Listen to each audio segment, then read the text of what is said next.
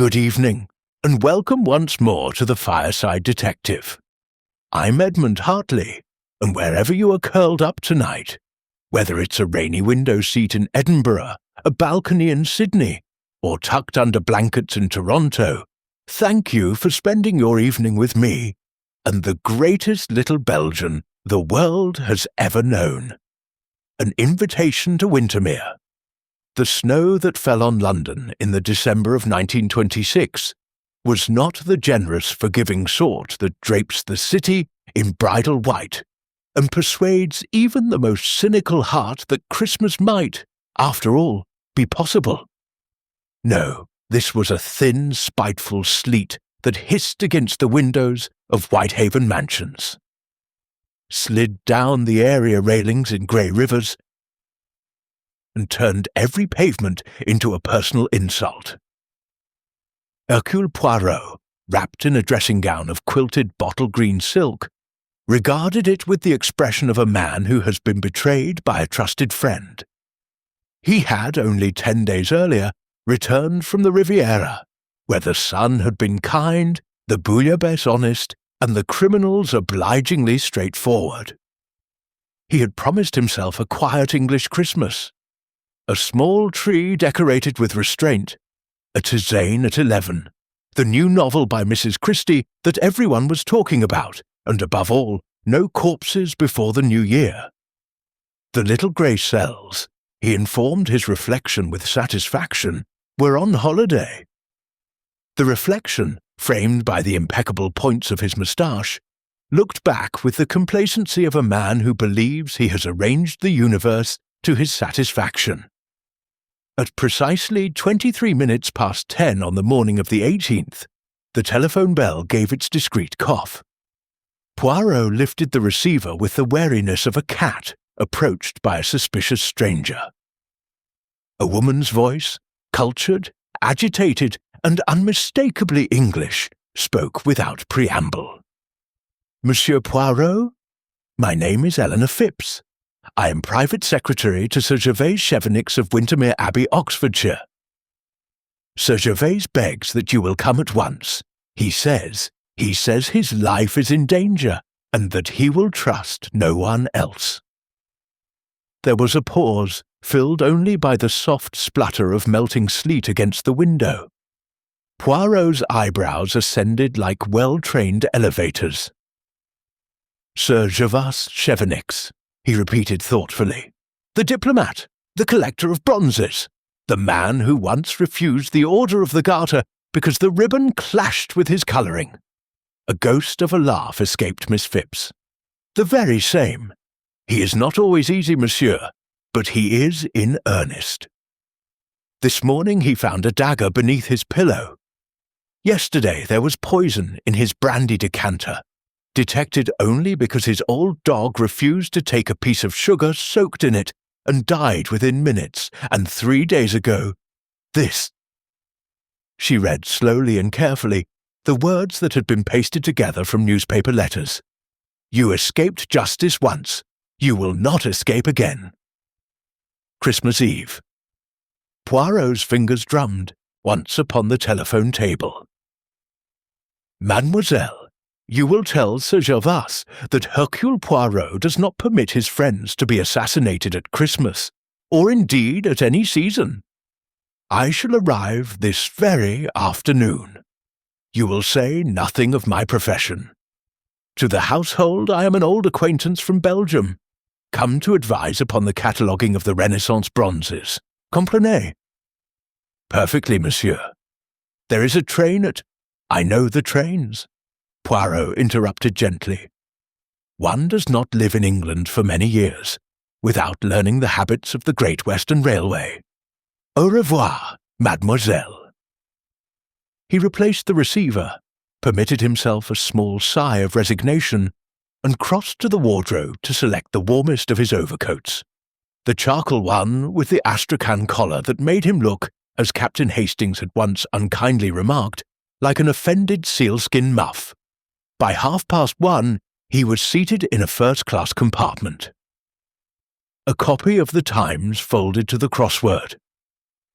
a cup of thick chocolate balanced upon the armrest, and his neat valise stowed above. The train pulled out of Paddington through a landscape already surrendering to winter. Bare trees black against the whitening fields, rooks wheeling like torn paper. The occasional cottage with a curl of smoke that looked warm and safe and infinitely far from murder. Poirot completed the crossword in 7 minutes, drank his chocolate, and turned his attention to the dossier he had requested, by telegraph from an obliging friend at Scotland Yard. The file on Sir Gervase Chevenix was thin but choice. Born 1864, Eton and Balliol. Diplomatic service Constantinople, Tehran, Buenos Aires. Knighted 1919 for services best left unexamined in the popular press. Collector of Renaissance bronzes, Far Eastern porcelain, and, rumour insisted, grudges. Married 1904 to the Honour Cecilia Staveley, who died 1918 in the Spanish influenza. One son killed at Passchendaele. No other children. Heir presumptive. Nephew Lucien Chevenix, presently understood to be in debt to an extent that would have embarrassed a South American republic. Poirot closed the file and gazed out at the frozen Thames. Somewhere in the distance, a church bell tolled 3. He felt the familiar prickle at the back of the neck that told him the little grey cells were already at work. Windermere Abbey Station was little more than a platform and a shelter. A motor car waited, driven by a chauffeur whose face suggested that smiling had been forbidden by the Geneva Convention. The drive took 20 minutes along lanes already deep in snow, past hedgerows bowed like mourners, until the house appeared suddenly around a bend. Tudor brick mellowed to rose, mullioned windows glittering like watchful eyes, chimneys pouring smoke into the iron sky. It looked, Poirot thought, exactly like the sort of house in which an English baronet ought to be murdered. The front doors opened as the car crunched to a halt. A tall man strode down the steps, 62, hawk-faced, dressed in ancient tweeds that had cost a great deal when they were new. His eyes were the pale, penetrating blue of a man who has spent years staring down Balkan princelings and winning. Monsieur Poirot. Sir Gervase's grip was iron. Thank God you've come. He did not waste time on pleasantries. As soon as the doors closed behind them, he led Poirot across a hall floored in black and white marble, past a Christmas tree that reached almost to the minstrel's gallery, and into a small library smelling of leather, wood smoke, and old secrets. "Read that," he said, thrusting a sheet of paper forward. It was the same message Miss Phipps had quoted, but the reality was more disturbing. The letters cut with childish care, the capitals uneven, the whole thing breathing hatred. And this was under my bedroom door the night before last. Sir Gervase produced a playing card, the ace of spades. On the back, in red ink, a crude drawing of a coffin. Poirot turned the card over in his neat fingers. "You have enemies, Sir Gervase." "More than most men, fewer than some. 20 years ago, in Constantinople, I was instrumental in sending a man named Dragomir Karadzic to prison for life. He swore vengeance. He died, or so they told me, in 1919, but his son lives, and there are others." He paced to the window and stared out at the snow now falling in earnest. "Then there is the matter of my will. I have changed it 3 times this year. My nephew Lucian is a charming wastrel. His wife Diana, well, let us say she has been more to me than a niece by marriage. My ward Theo believes himself a genius, and me a Philistine. My sister Vera has never forgiven me for certain jewels that disappeared during the war. Even my oldest friend, Marcus Folliot, owes me £20,000 he can never repay. And my secretary, Miss Phipps, poor Eleanor, has served me faithfully for 15 years. But loyalty can curdle into something darker when legacies are at stake. He turned, and for the first time Poirot saw fear in those icy eyes. "I do not wish to die, Poirot. Not like this. Not at Christmas." Poirot placed the ace of spades carefully upon the desk. "You shall not die, my friend," he said quietly. "Hercule Poirot is here, and Hercule Poirot, he does not permit murder on Christmas Eve. It is a question of professional pride." Outside, the snow thickened, erasing footprints, softening outlines, turning Windermere Abbey into an island cut off from the world. Somewhere in its labyrinth of corridors and panelled rooms, a killer was already counting the hours. Poirot adjusted his moustaches, smoothed an imaginary crease from his overcoat, and smiled the small, contented smile of a man who knows that the game, delicious, dangerous, and inevitable, has begun. The shot in the locked study Christmas Eve at Windermere Abbey had unfolded with the polished menace of a well-rehearsed play. The great Yule log crackled in the hall, sending sparks up the vast chimney like tiny desperate souls. The table had groaned beneath 12 courses, oysters from Colchester, a baron of beef the colour of garnets, a flaming plum pudding carried in by the butler with the solemnity of a bishop bearing the host. Sir Gervas, in crimson velvet dinner jacket, had been the perfect host, carving the goose with a flourish, proposing toasts in Latin, pressing upon Poirot a glass of port that tasted of sunshine and empire, and 1904. At 11:15, the ladies withdrew. The men lingered over brandy and cigars, while Theo Landry, the ward, played something discordant and modern on the piano in the drawing-room. Diana Chevenix laughed too loudly at Lucian's jokes. Colonel Folliot stared into the fire as though remembering younger battlefields. Mrs. Vera Hargreaves sat apart, gloved hands folded like a statue of grievance. Miss Phipps, in sensible navy silk, slipped away early to finish typing letters. At 11:05, Sir Gervase rose, glass in hand. "My friends," he said, voice rich with port and mischief, "I have letters to finish before the stroke of midnight. An old diplomatic habit. Never leave loose ends before a new year. Do not wait for me. I shall lock my study door. The house is full of valuable bronzes, and I am a suspicious old man." He bowed with theatrical gravity, set down his glass, and left the drawing-room. Poirot watched the tall figure disappear down the west corridor, the crimson jacket a splash of blood against the dark panelling. The house settled into that particular hush that falls after a large dinner. Conversations murmured, clocks ticking different truths, the wind beginning to rattle the casements. Poirot himself retired to the library with a book he did not read, listening instead to the small nocturnal sounds of an English country house preparing for bed. At precisely 11:17 the shot came. It was not loud, muffled by oak and distance, yet unmistakable, a flat, vicious crack that cut every other sound dead. For one heartbeat, the house seemed to hold its breath. Then pandemonium.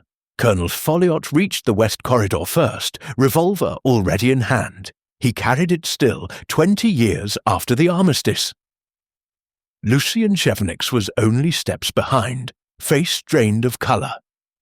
Diana appeared in a froth of lace and panic. Theo bounded downstairs 2 at a time, shirt unbuttoned, hair wild. Miss Phipps emerged from her office, clutching a sheaf of papers as though they might protect her.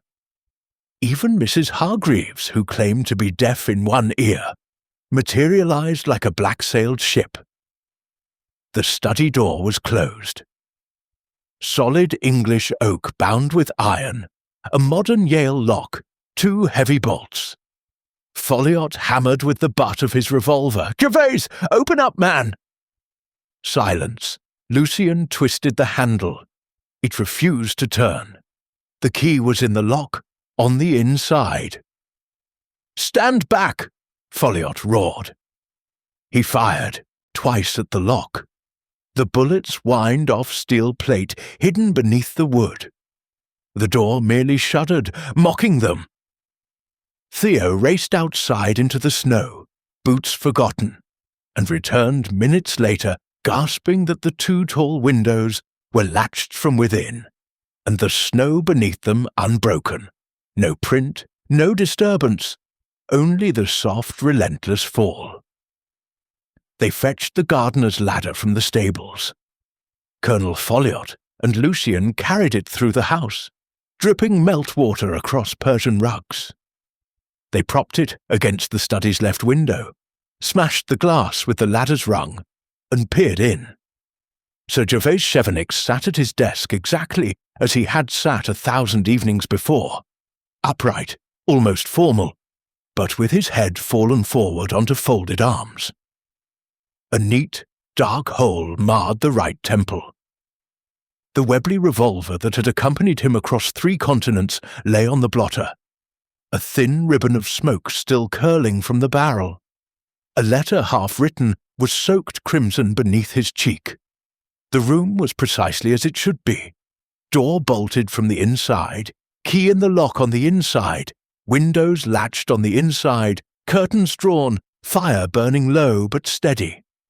No other exit existed, no chimney wide enough for a cat, no secret panel. Poirot would check later, but he already knew.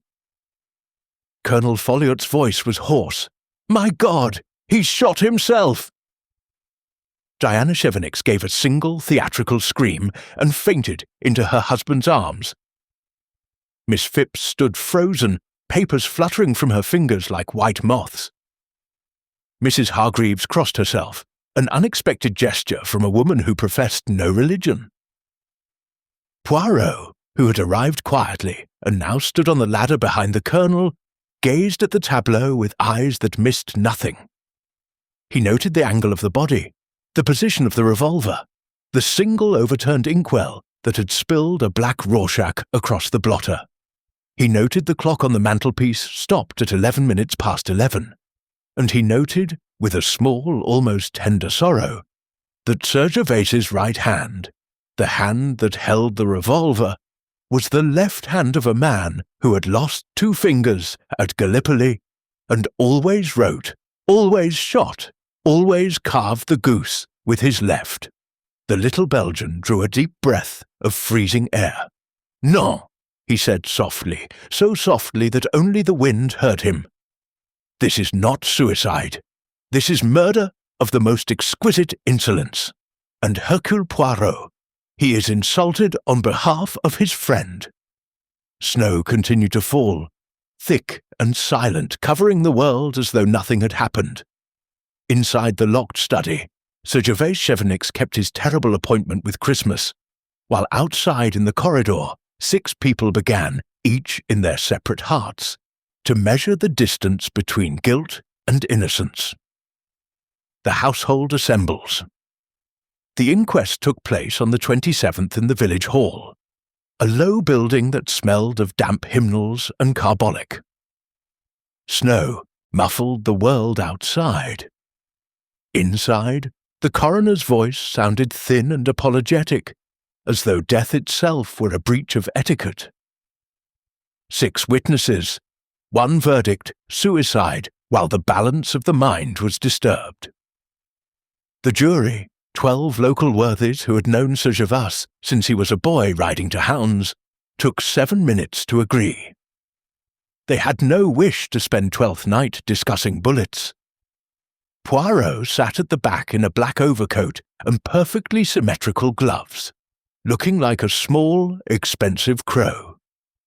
He was not called. When the proceedings ended, he intercepted Inspector Meadows on the slushy path beneath the yew trees. "Suicide?" he murmured, tilting his umbrella so that the snow slid from it in a perfect avalanche.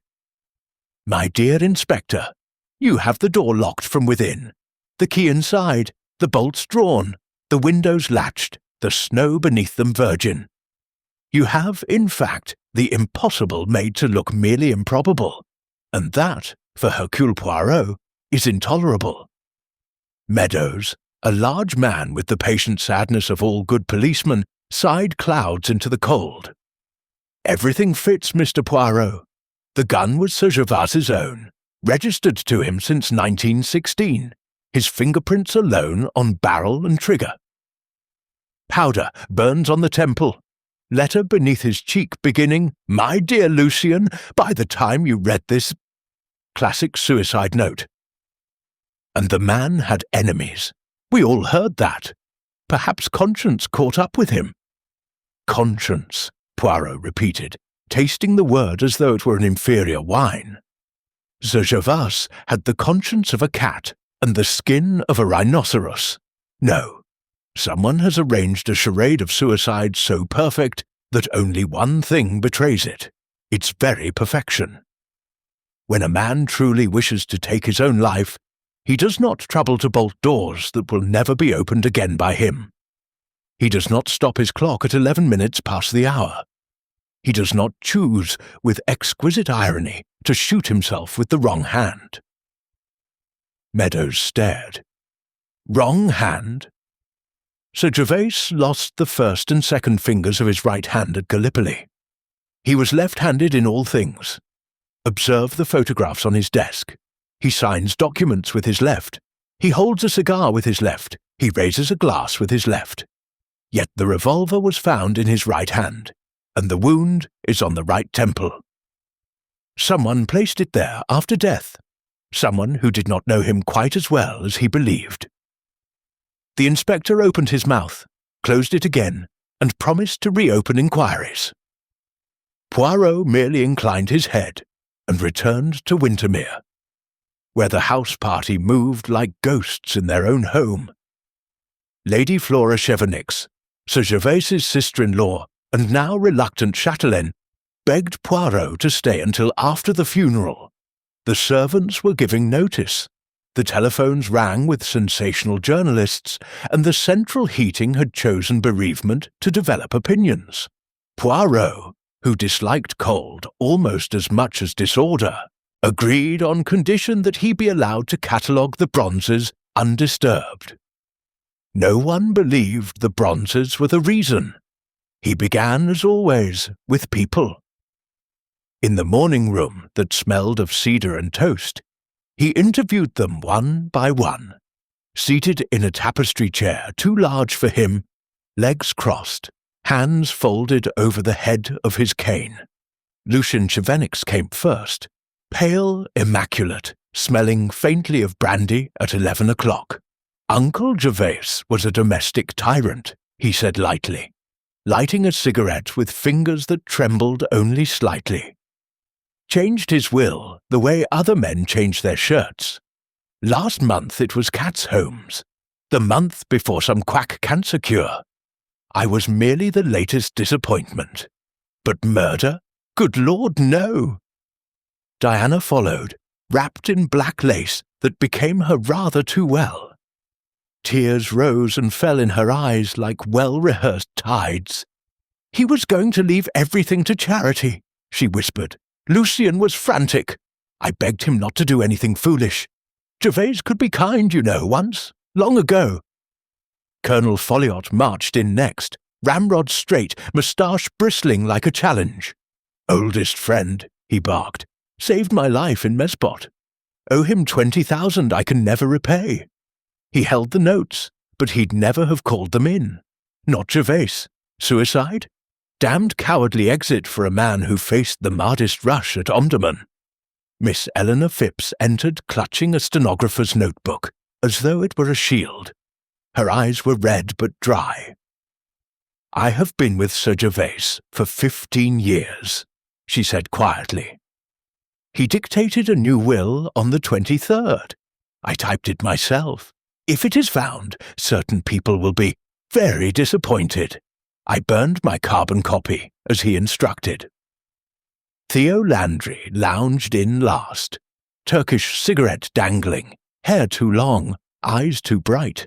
The old man thought Cézanne was a form of venereal disease, he sneered. He was going to cut off my allowance unless I came home and joined the family bankers. I told him what he could do with his money, but I didn't shoot him. Too much effort. Mrs. Vera Hargreaves refused a private interview. She sent word that she was prostrated by grief and taking veronal. Poirot received the message with a polite bow and immediately went to the kitchens where grief and veronal had not prevented her from demanding poached eggs and strong tea. That night, he walked the corridors by candlelight, measuring distances with a silk tape, tapping walls, examining the study once more. He discovered the stopped clock, the half-written letter, the faint scent of pear drops that should not be there, and in the wastepaper basket, a crumpled railway ticket, Oxford to London, dated December 24th, now useless beneath 6 inches of snow. At 3 a.m, he sat up in bed, eyes gleaming in the dark. "The clock," he announced to the silent room. "Of course, the clock." Somewhere in the sleeping house another mind was also awake, listening to the wind and counting the hours until the next death. Alibis of ice and clockwork. On the morning of the 28th, Poirot gathered the entire household in the long gallery, where ancestral chevenixes glared down from blackened canvases as though personally offended by the presence of Detective I dead. Snow light filtered through the high windows and laid a cold aquarium glow across the turkey carpet. Poirot stood beneath a life-size portrait of Sir Gervas in diplomatic uniform, looking almost comically small, yet every eye followed him as though he were the only living thing in the room. "Mesdames et messieurs," he began, voice soft, precise, lethal, "we have a murder disguised as suicide, committed in a room locked, bolted, and sealed like a pharaoh's tomb. 6 people possess what the English police are pleased to call unbreakable alibis for the moment the shot was heard. 11:17 precisely. Hercule Poirot proposes to break them, not with accusations, but with the truth. And the truth, she is a lady who dislikes being hidden behind clocks." He placed 6 pocket watches on the table beside a silver salver. "Tonight, at 11:17, I shall fire a pistol in the study. Each of you will stop your watch the instant you hear the report. We shall see whose ears are honest." The experiment was greeted with the usual mixture of derision and curiosity that greets any continental notion in an English country house, yet no one refused. Curiosity is stronger than pride. That night, the house held its breath. Snow hissed against the panes. The wind prowled the chimneys like a restless animal. At 11:17, exactly, Poirot fired the Webley into the same sandbag Colonel Folliot had once used for target practice. The sound was flatter than on Christmas Eve, yet unmistakable. The watches were collected by the butler with the solemnity of communion plate. Lucien Chevenix, 11:19, Diana Chevenix, 11:18, 1:22, Colonel Folliot, 11:20, Eleanor Phipps, 11:16, Theo Landry, 11:21, Vera Hargreaves did not stop her watch at all. Poirot arranged the watches in a neat semicircle. "Observe," he said, "the grandfather clock in the hall gains 3 minutes in every hour. The kitchen clock loses 2. The boudoir clock of Madame Diana runs perfectly, because it is stopped forever at 4:20, the hour her lover left her in Monte Carlo. Every clock in this house is a liar. Yet 5 of you heard the shot within a margin compatible with distance and closed doors. 1 of you did not hear it at all." Mrs. Hargreaves lifted her chin. "I am partially deaf, and I was under sedation." "Possible," Poirot conceded. "Or perhaps the person who knew the exact second the shot would sound, because they arranged it, found it simpler not to pretend." He let the silence stretch until the fire cracked like a bone. But we waste time on ears. Let us speak of eyes, of hands, of ice. He produced, from his pocket, a small glass phial containing clear liquid and a metal bolt identical to those on the study door. Water, when frozen, is obedient. One pours it into the bolt sockets. One slides the bolts home through the ice. One leaves the room, locking the Yale from outside with a duplicate key. Miss Phipps's key, taken and returned unnoticed. Then one lights the fire by means of a slow match and a spoonful of spirit. In 20 minutes, the ice melts. The bolts fall by their own weight. The water drains through grooves prepared long ago beneath the parquet. By the time we break in, nothing remains but the illusion of suicide. Colonel Folliot made a strangled noise. Absolute rot! The door was solid oak, no grooves. Poirot smiled sadly. Lift the carpet in front of the door, mon colonel. You will find the grooves, and beneath them a thin lead pipe that carries water to the flower room. Sir Gervase installed it himself 2 years ago, when he feared burglars might try exactly this trick. He little thought it would be used against him. He turned to the stopped clock on the mantel. And the clock? The clock is the signature of the artist.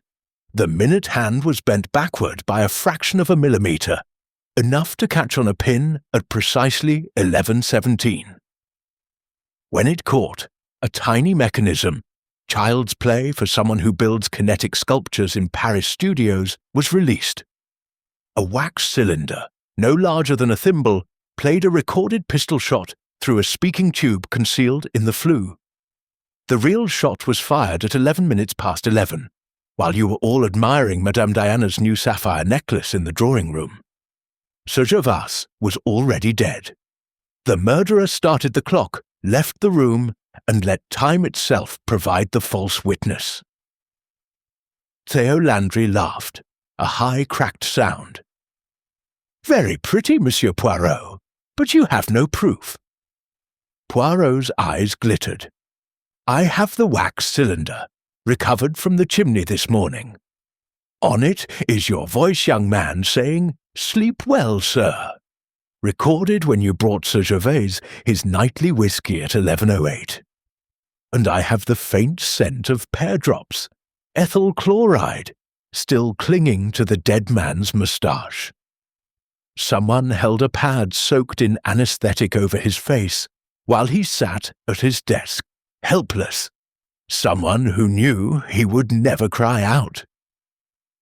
The gallery was so quiet that the snow tapping the windows sounded like fingertips. Poirot bowed, very slightly. Your alibis of ice and clockwork, mes amis, have melted. The impossible crime is impossible no longer. Only one question remains. He looked slowly around the circle of pale, stricken faces. Who among you hated Sir Gervase enough to give him the most perfect murder and the most perfect betrayal of all? Complications and twists. New Year's Eve arrived at Wintermere like a funeral guest who had mistaken the date, black-coated, unwelcome, and determined to stay. The snow had turned to sleet that lashed the windows with the spite of a woman scorned. Inside, the Christmas decorations looked suddenly garish, the holly berries like drops of fresh blood. No one had thought to take them down. At 10 o'clock precisely, a scream, raw, animal, unmistakably genuine, ripped through the conservatory. Eleanor Phipps was found among the forced camellias, lying on her back on the wet marble, eyes wide in permanent astonishment. An Italian stiletto, Sir Gervase's prized 16th-century piece, was buried to the hilt beneath her left breast. The blade had entered upward, perfectly horizontal, as though delivered by someone exactly her height. Blood had spread in a dark halo, mingling with the melted sleet that dripped from the glass roof. The French doors were locked from the inside. The key lay on the floor beside her outstretched hand. Again, no footprints on the wet marble, but her own small, sensible heel marks leading from the doorway to the place where she died. Inspector Meadows arrived at midnight, soaked and furious. 2 impossible murders in 1 week had turned even his phlegm sour. Poirot knelt by the body longer than decency allowed, heedless of the damp. When he rose, his face was grave. "She was killed because she knew who arranged the clock and the ice," he said quietly, "and because she was about to speak." In Miss Phipps's clenched right hand, now gently unclenched by Poirot's gloved fingers, was a torn corner of heavy cream paper. On it, in Sir Gervas's impatient scrawl, "And to my loyal secretary, Eleanor Phipps, the sum of £50,000, free of duty."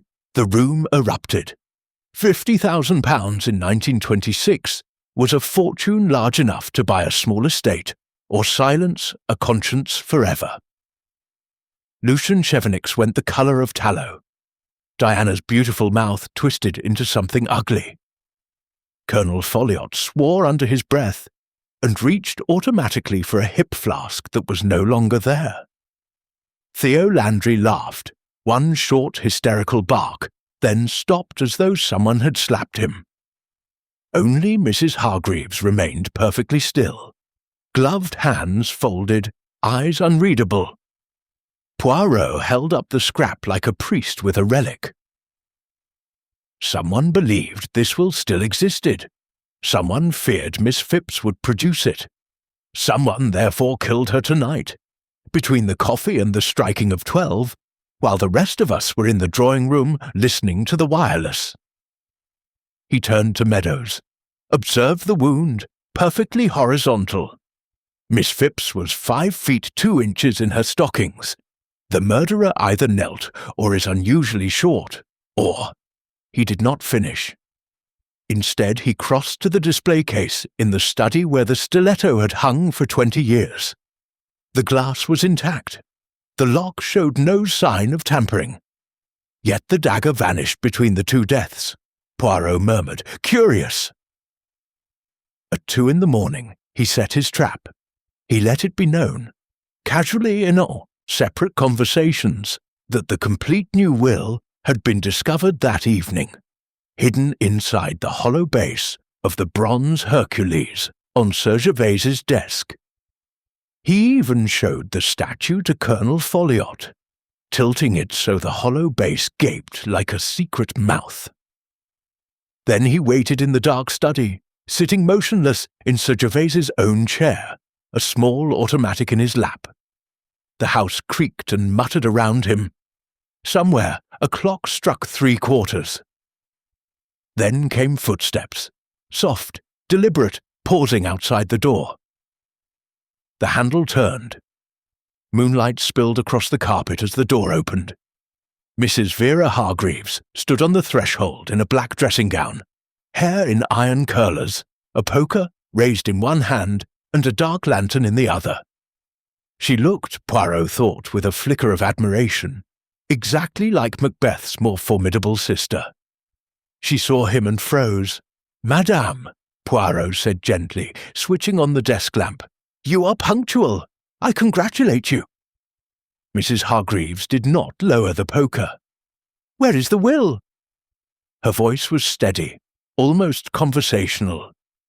"There is no will," Poirot replied. "Only a hollow statue and a man who wished to see who would come searching in the dark." For a moment, the only sound was the sleet against the windows. Then the poker clattered to the floor. "I did not kill my brother," she said at last, "but I know who did, and I know why the second murder was necessary." She sat down heavily in the chair opposite Poirot, suddenly an old woman. "Eleanor Phipps came to me tonight. She was terrified. She said she had helped. Only a little, she thought. She typed the false suicide note. She lent her key. She believed it was an elaborate practical joke to frighten Gervase into reasonableness. When she realized it was murder, she demanded money to keep silent. Tonight, the murderer paid her with steel. Poirot leaned forward. And the murderer's name? Mrs. Hargreaves looked at him for a long moment. Ask the person who knew Gervase well enough to drug him with ethyl chloride, who could build delicate mechanisms disguised as modern art, who is exactly 5 feet 2 inches tall in stockinged feet, and who inherited £50,000 she desperately needed to keep a lover quiet in Paris. Poirot closed his eyes. Mon Dieu, he whispered, of course, the one person everyone trusted, the one person no one suspected because she was already dead in our minds. He rose slowly. The revelation. The library at Windermere Abbey had never felt smaller. Every lamp was lit, every candle in the great chandelier blazing, yet the light seemed to shrink from the corners as though the shadows themselves were reluctant witnesses. They were all there, arranged in a rough semicircle, like mourners at an unexpected funeral. Lucien rigid with brandy, Diana white beneath her rouge, Colonel Folliot standing to attention as if on parade, Theo lounging with deliberate insolence, Mrs. Hargreaves upright in black silk, Inspector Meadows by the door with 2 constables who looked embarrassed to be present at the death of a reputation. In the centre of the rug, on a small occasional table, lay the objects that had murdered 2 people. The stopped clock, the wax cylinder no larger than a cotton reel, the phial of ethyl chloride that still carried the faint sweetness of pear drops, the torn corner of the false will, and the Italian stiletto cleaned now of blood, but not of guilt. Poirot stood beside the table, very still, hands clasped behind his back. He looked, Meadows thought afterwards, almost priestly. Mesdames et messieurs, he began, voice soft as falling ash, we have travelled together through a maze of ice and clockwork, of locked doors and vanished daggers, of alibis that melted at a touch. Tonight the maze ends. Tonight Hercule Poirot lays down the final path. He picked up the clock and turned it so that the bent minute hand caught the light. Sir Gervase Chevenix was murdered at 11 minutes past 11, while the rest of us admired a sapphire necklace. He was rendered unconscious first with ethyl chloride, administered on a pad held by a trusted hand, then shot with his own revolver held in the murderer's right hand, because the murderer did not know he had lost 2 fingers of that hand at Gallipoli. The body was arranged, the clock started with its hidden mechanism, the room left, the door locked with a duplicate key, the fire lit. 20 minutes later the ice melted, the bolts fell, the recorded shot sounded, and the perfect crime was complete. He set the clock down and lifted the tiny wax cylinder. The voice on this cylinder belongs to the person who brought Sir Gervase his nightly whisky at 11 minutes past the hour. Only one person performed that small service on Christmas Eve. Every eye turned to Eleanor Phipps, who sat very straight in a high-backed chair, hands folded in her lap, spectacles reflecting the chandelier like twin moons. Poirot's voice was gentle, almost sorrowful. Mademoiselle, you have served your employer faithfully for 15 years. You typed his letters. You guarded his secrets. You loved him. Yes, you loved him. In the quiet, desperate way that plain women sometimes love brilliant, impossible men. When he promised you £50,000 in the new will, you believed it was reward at last. When he laughed and said it was merely to keep you from resigning, something inside you broke. Miss Phipps did not move, but the colour drained from her face as completely as though a tap had been turned. You discovered Theo Landry's forgeries, those clever little bronzes he sold in Paris as Renaissance masterpieces. You threatened to expose him unless he helped you punish the man who had humiliated you. Together, you planned the perfect murder. Theo built the clock mechanism. He is clever with his hands. You provided the key, the anesthetic from the medicine, chest, the knowledge of Sir Gervas's habits. You typed the false suicide note. You believed that when the will was read, you would be rich, free, revenged. Poirot's voice hardened, but Sir Gervas's real will left you nothing but a small pension. When you realized you had killed for a lie, panic set in. You tried to destroy the evidence. Theo demanded money to keep silent. Tonight, in the conservatory, you met to argue. You brought the stiletto you had stolen days earlier to plant as a false clue against Mrs. Hargreaves. When Theo laughed at you, when he threatened exposure, you used it. He stepped closer.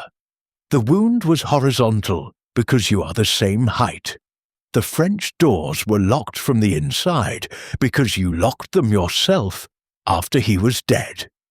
You dropped the key deliberately so that it seemed the victim had locked herself in. You walked back through your own footprints while the sleet erased them. Another perfect crime. Almost. Miss Phipps rose slowly. For the first time her voice shook. "He promised me," she said so quietly that everyone leaned forward. 15 years I gave him, 15 years of devotion, and he laughed. She looked at Poirot with sudden, terrible clarity. "You will hang me, I suppose." Poirot inclined his head. "That is for the law, mademoiselle. I only discover truth." Inspector Meadows moved forward. The constables followed. Eleanor Phipps did not resist.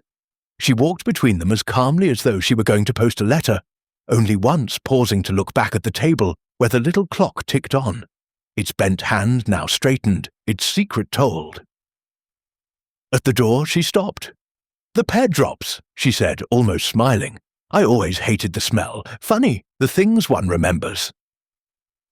Then she was gone. The library was silent for a very long time. Outside, the sleet had turned back to snow, soft and forgiving, beginning the slow work of covering everything. Justice served. The snow stopped some time before dawn on New Year's Day, leaving the world clean and hushed, as though Wintermere itself had decided to forget. Inside the house, however, forgetting was impossible.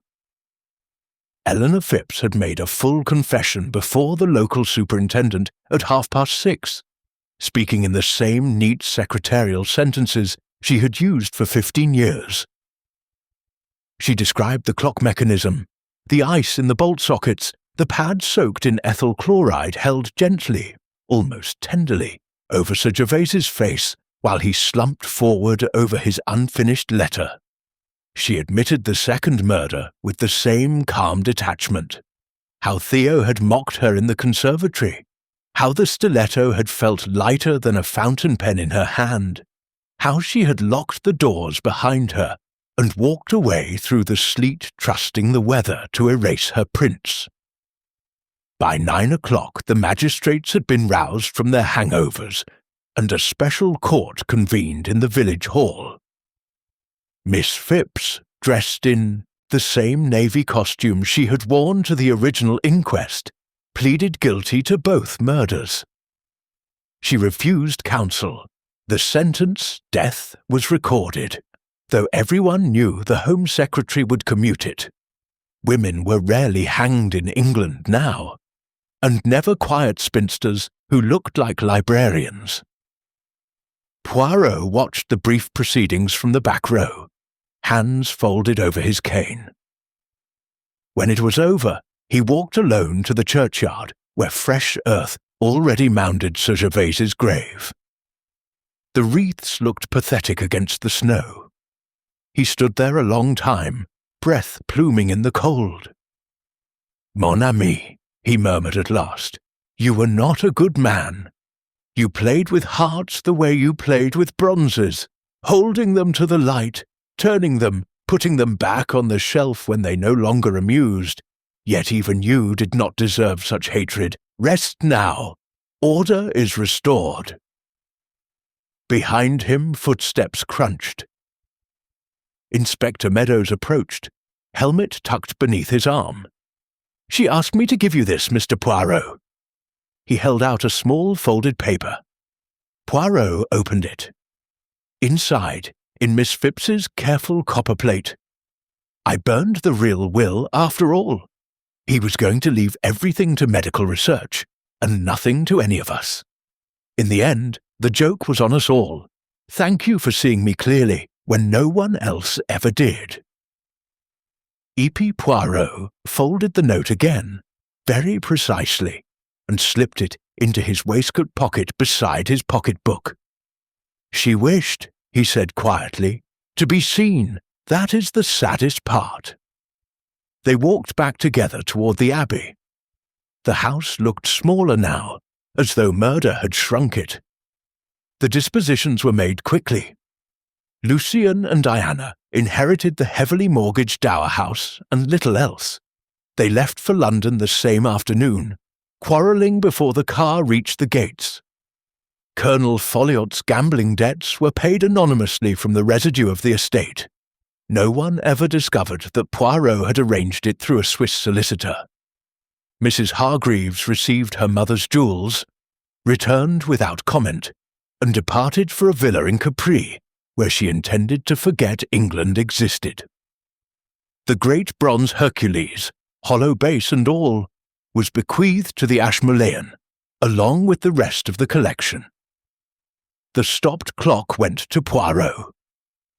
He kept it on his desk at Whitehaven Mansions for many years. Whenever visitors remarked that it never told the correct time, he would smile and say it told the most important time of all. On the 3rd of January, Poirot took the train back to London. The thaw had begun. Water dripped from roofs and trees, and the hedgerows steamed gently in the pale sun. In his first-class compartment, he drank chocolate, read the Times, and allowed himself a small sigh of satisfaction. At Paddington, Captain Hastings was waiting with the Daimler. "Successful case, old boy." "Successful, yes, agreeable, never." Poirot climbed in and arranged the rug over his knees. Two people are dead, Hastings, because a woman was tired of being invisible, and a man was tired of being kind only when it suited him. Order is restored, but symmetry is sometimes a cold consolation. Hastings, who never quite understood these moods, changed the subject to lunch. Back at Whitehaven Mansions, Poirot spent the evening arranging his ties by shade, drinking tisane, and listening to the familiar sounds of London traffic. At 11 o'clock precisely, he wound the Windermere clock, set it to the correct time, and placed it on the mantelpiece opposite his bed. Then he turned off the light. Outside, a thin snow began to fall again, the last of the season, brushing the windows like someone trying gently to be remembered. Poirot slept without dreams. In the morning, the world was white once more, and somewhere in Holloway Prison, a quiet woman in a navy coat looked out at the same snow, and for the first time in 15 years began to cry. The woman who was never there. 3 weeks after the funerals, on a raw January afternoon, when the sky hung the colour of wet flannel, Poirot received a visitor at Whitehaven Mansions. The card brought in by George read simply, "Mrs. Cecilia Chevenix, Windermere Abbey." Poirot's eyebrows performed their celebrated ascension. Cecilia Chevenix, Sir Gervaise's wife, had died of influenza in 1918. The dead, as a rule, did not send cards.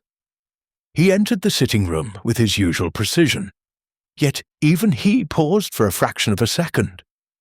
The woman standing by the window was tall, dressed in dove-grey wool with a hat that shadowed her face, and she held herself with the stillness of someone who has learned that movement attracts attention she no longer desires. "Madame," Poirot said carefully, "you have perhaps the advantage of me."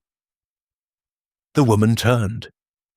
The face beneath the veil was older than memory, yet unmistakably the one in the portrait that still hung above the Windermere staircase. High cheekbones, the slight droop at the outer corners of the eyes, the mouth that had once smiled at dukes and dictators. "I am not dead, Monsieur Poirot," she said in a voice that had kept its low, amused music, though it suited many people to believe I was. She removed the veil. The years had been kinder than gossip allowed. There were lines, yes, but the bones were still aristocratic and the eyes still dangerous. Poirot recovered himself with admirable speed, bowed, and offered a chair. "You will take chocolate, or perhaps something stronger. A resurrection deserves celebration." "Tea," she answered, smiling faintly. "English breakfast, 2 sugars. I have been living in Italy long enough to miss English tea the way exiles miss rain." While George prepared the tray, Cecilia Chevenix walked to the window and looked down at the traffic crawling along the embankment. "I came to thank you," she said without turning, "and to ask you to forget certain things." Poirot waited. He had learned that silence is often the most eloquent question. She continued, still addressing the glass. "In November 1918, I did not die. I was very ill, pleurisy, pneumonia, the usual companions of that wretched flu, but I did not die. Gervais, however, needed me too. He had fallen rather deeply in love with a young actress who later became Diana Lucian. He also needed my money to remain in the family. The solution was simple. 1 closed coffin, 1 convenient cremation. Cremation was still rare enough to discourage awkward inspections, and a death certificate signed by a doctor whose gambling debts Gervais held. I was smuggled to Naples under the name of my old governess. I have lived quietly ever since, painting a little, growing roses, and reading in the English papers about my husband's various amusements."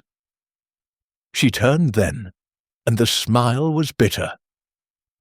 Imagine my astonishment when those same papers announced his murder. And imagine my even greater astonishment when I learned that Eleanor Phipps had killed him for a legacy that never existed, because the real will, the one Miss Phipps burned, left everything to medical research and cut out every one of us. Gervaise's last joke, you see. He always did appreciate irony. Poirot inclined his head. "And you, madame, you came back, why?" "Because I wish to see Windermere one last time before it is sold, and because there is a small casket in the library safe that belongs to me, miniatures, letters, a lock of my son's hair. The lawyers will not release it without proof that I'm alive. I have that proof. But I also have no desire to stand in the dock and explain fraud, conspiracy, and 20 years of pretended death. I would rather the world continue to believe Cecilia Chevenix died in 1918. She opened her handbag and laid a thick envelope on the table. Inside are affidavits, my marriage lines, photographs with dates on the back, everything necessary. If you feel duty requires you to hand them to Scotland Yard, I will understand. If, however, you feel that some stories are better left buried with their coffins, empty or otherwise, then burn it all and let me return to my roses." George entered with the tea tray. Cecilia accepted a cup with the same gracious nod she must once have used at embassy receptions. She sipped, closed her eyes for a moment in genuine pleasure, then set the cup down. "There is one more thing," she said. "Eleanor Phipps. Did she ever speak of me?" Poirot considered. Only once. On the night of her confession, she asked whether Lady Chevenix's portrait would remain at Windermere. She said it was the most beautiful thing in the house. Cecilia's eyes filled, not dramatically, but with the slow, inevitable tears of a woman who has trained herself never to cry. "Then let it stay," she whispered. "Let the painted woman keep watch. She was always the best part of me." She rose, drawing the veil down again. "I sail from Tilbury tomorrow on the Orontes. By the time you decide, I shall be halfway to Naples." At the door she paused. "You know, Monsieur Poirot, when I read that Gervase had been murdered in a locked room, with bolts that slid by themselves, and a clock that lied, I thought how very like him to arrange even his own death as an elaborate, cruel joke. It seems I underestimated Eleanor. Or perhaps I underestimated what 20 years of being invisible can do to a soul." Poirot opened the door for her. "Bon voyage, Lady Chevenix. Or should I say, Signora Bartolomeo?" She gave a small, tired laugh. "Call me Cecilia. The dead should be allowed their real names, at least among friends." She was gone, leaving only the faint scent of verbena and the envelope on the table. That evening Poirot sat before his fire a long while. He turned the envelope over and over, as though weighing a human heart. At 11 o'clock precisely, he fed it, unopened, to the flames. The paper caught, curled, blackened, and was gone. Outside, a light snow began to fall on London. The same snow that was falling on an empty grave in Oxfordshire, on a woman sailing south toward lemon trees and silence, and on a quiet prison cell where another woman waited for spring and whatever mercy the king might grant. Poirot wound the Windermere clock, set it to the correct time, and placed it back on the mantel. Then he permitted himself the smallest of smiles. "Some mysteries," he said to the sleeping city, "are solved by explanation. Others are solved by forgetting. Tonight, mes amis, Hercule Poirot chooses the second path. It is, after all, the more humane." And somewhere, far out on a dark sea, a woman in dove grey stood at the rail of a liner and watched the wake glow silver behind her, carrying away the last of England, the last of Windermere, and the last of a name she would never speak again. The little grey cells arranged themselves. Years later, when Poirot was old and the world had changed its clothes several times, Captain Hastings found him one spring evening in the sitting-room at Whitehaven Mansions, polishing the Windermere clock with a silk handkerchief as though it were a child's face. The hands stood at 11 minutes past 11, exactly where they had stopped that Christmas Eve. They had never moved again. Hastings, home on leave from Argentina and full of pamper stories, watched his friend with affectionate exasperation. "You still keep that thing, Poirot, after all this time?" Poirot did not look up. "This clock, mon cher Hastings, is the only honest witness I have ever met. It stopped at the precise moment truth became necessary. I honour it for that." He set the clock back on the mantelpiece, aligning it with the exactitude he brought to moustaches and morals alike. "Besides," he added, "it reminds me that even the most perfect crime contains within itself the seed of its own imperfection." Hastings poured 2 glasses of tisane. He had, long ago, given up hoping for whiskey, and settled into the opposite chair. "You never told me the whole story, you know. Not really. The newspapers said Miss Phipps acted alone, that she hanged herself in Holloway before the appeal, that the case was closed. Yet you kept certain papers locked in that drawer, and you never accepted the Royal Humane Society medal they wanted to give you for saving the reputation of the Chevenix family. There was more, wasn't there?" Poirot's eyes gleamed behind the spectacles. "There is always more, Hastings. The little grey cells, they do not rest." He rose, crossed to the small safe concealed behind a false row of Tauchnitz novels, and drew out a thin folder bound in green ribbon. Inside were photographs, a railway ticket, a single playing card, the ace of spades, and a sheet of heavy cream paper covered in neat copperplate handwriting. "Read," Poirot invited, "but softly, some truths are shy." The top sheet was a letter dated 3rd of January 1927, addressed to Poirot in Miss Phipps's unmistakable hand. "Monsieur, they will tell you I killed myself from remorse. That is the story the governor prefers, and I have no wish to embarrass him. The truth is simpler.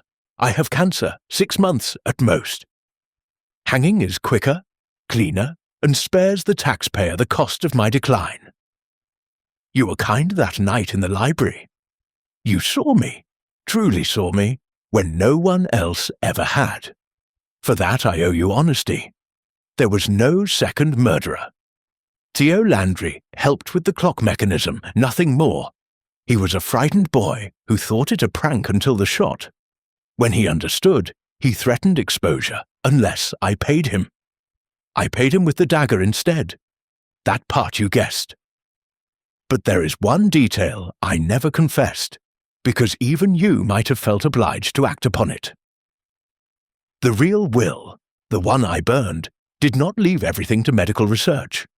That was Sir Gervaise's last deception. In a codicil dated 23rd of December, he left Windermere Abbey and the entire residue, after small legacies, to his wife Cecilia, should she ever return to claim it. He knew she was alive. He had known for years. The empty coffin was their private joke, a cruel one, but theirs. He told me on the 23rd, laughing that peculiar laugh of his, saying, "Eleanor, my dear, you have been invaluable, but even loyalty has its price. When I am gone, Cecilia will come back, and the house will be hers again. She always did prefer the place to me." That was the moment I decided he must die. I killed him for the oldest reason in the world. I discovered I was not even second in his affections. I was not in them at all. Burn this letter, monsieur. Let Cecilia have her roses and her silence. She suffered enough in 1918. And let the world keep its comfortable verdict. A jealous secretary and a locked-room mystery solved. You gave me the only thing I ever wanted. Someone looked at me and saw a woman, not a piece of furniture. Thank you, Eleanor Phipps. Hastings laid the letter down with shaking fingers. My God, Poirot. She took the blame for everything to protect a woman who had abandoned her husband, her country, her name. Poirot replaced the letter in the folder and returned it to the safe. Love and loyalty are strange countries, Hastings. Their maps are drawn in invisible ink. Miss Phipps chose to die as the murderess, so that Lady Chevenix could live as the widow. And Lady Chevenix, she chose to disappear again so that Miss Phipps's sacrifice would not be wasted. 2 women, each protecting the other's myth. It is not justice, perhaps, but it is a kind of mercy. He returned to his chair and picked up the clock, cradling it gently. And the house, what became of Windermere? Sold to an American railway millionaire who turned it into a golf hotel. The bronze Hercules stands in the lobby. Guests hang their hats on him. The portrait of Cecilia still hangs above the staircase, smiling down at strangers who think she is only paint and memory. Poirot set the clock back on the mantel. The hands remained frozen at 11:11. Some rooms, he said quietly, remain locked forever. It is better that way. Outside, London traffic growled and sparkled in the spring dusk. Inside, the little Belgian sat very still, listening to a clock that would never tick again, remembering 2 women who had loved the same impossible man, and paid for it with everything they had. After a long time, Hastings cleared his throat. Will you ever tell anyone the whole truth? Poirot considered the fire. No, he said at last. Some stories are heavier than truth. They are best carried in silence. He raised his glass of tisane in a small private toast. To the women who were never there, he murmured, and to the clocks that refused to forget. And in the quiet room, the hands of the Windermere clock stayed exactly where they were, keeping perfect time with a moment that had already lasted 30 years and would last, Poirot suspected, until the end of the world. Justice in the library. The library at Windermere Abbey had been stripped of its morning black. Holland covers lay over the furniture like fresh snow, and the long windows stood open to a soft May morning that smelled of lilac and cut grass. Only the portrait of Cecilia Chevenix remained uncovered, gazing down with that half-smile which now seemed less enigmatic than simply tired of secrets. Hercule Poirot had come back one last time, ostensibly to collect a small bronze faun he had purchased from the sale catalogue, in reality because some cases refused to be folded away like finished manuscripts. He stood now in the centre of the room, valise at his feet, turning the little faun over in his hands as though it might speak. Footsteps sounded in the corridor, measured, unhurried, unmistakably feminine. Cecilia entered without ceremony, hatless, dressed in pale linen the colour of the Romans, sky she had made her home. She had aged 10 years in the 4 months since their meeting in London, or perhaps she had simply stopped pretending not to. "You came," she said. It was not a question. Certain promises, Poirot replied, are made to the living and kept to the dead. I promised Sir Gervase I would see justice done. I promised Miss Phipps I would see it done kindly. Today I discharge both debts. Cecilia closed the library door and leaned against it. The house is sold. The new owner takes possession next week. After today, there will be no more Windermere for either of us.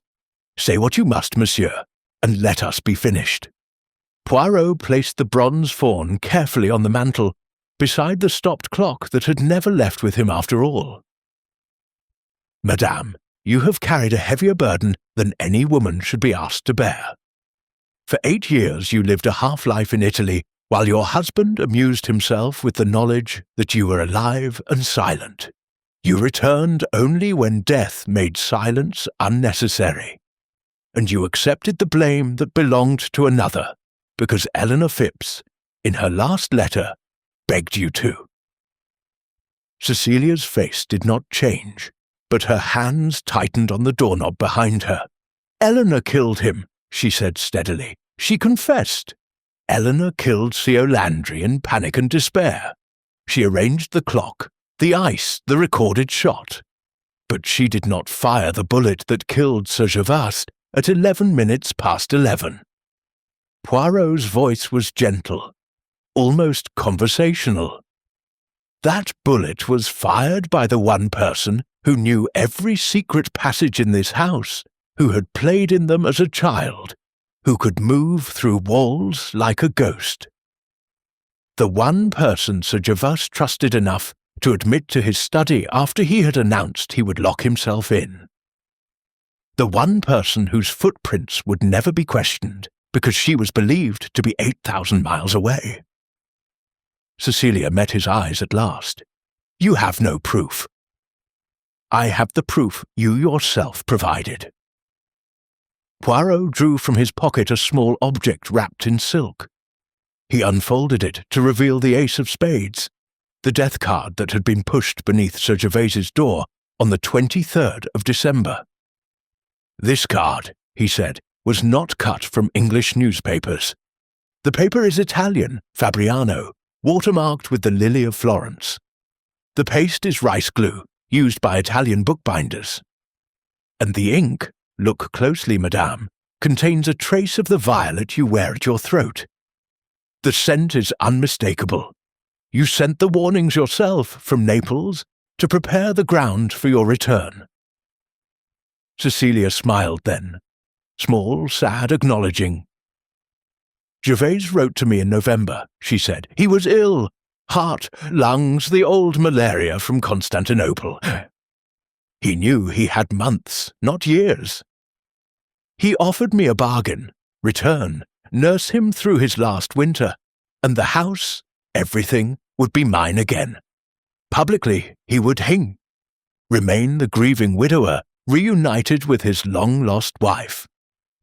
Privately, we would live as strangers under the same roof until he died naturally.